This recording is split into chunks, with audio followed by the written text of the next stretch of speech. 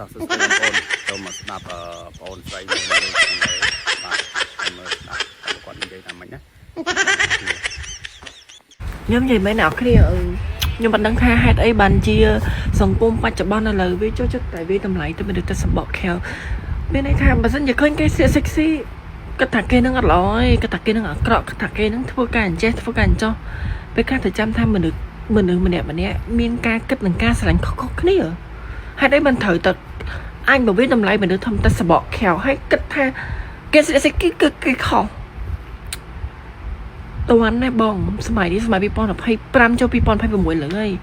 ខ្ញុំណាថៃដែរអូននិយាយទៅបងចូលចិត្តហ្នឹងហើយអូនភ្លៀកអីទៀតដល់បានភ្លៀកលិចខ្លាំងជាងនឹងទៀតក៏ល្អដែរបាទ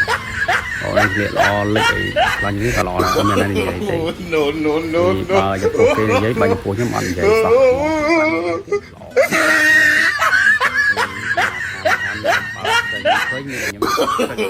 no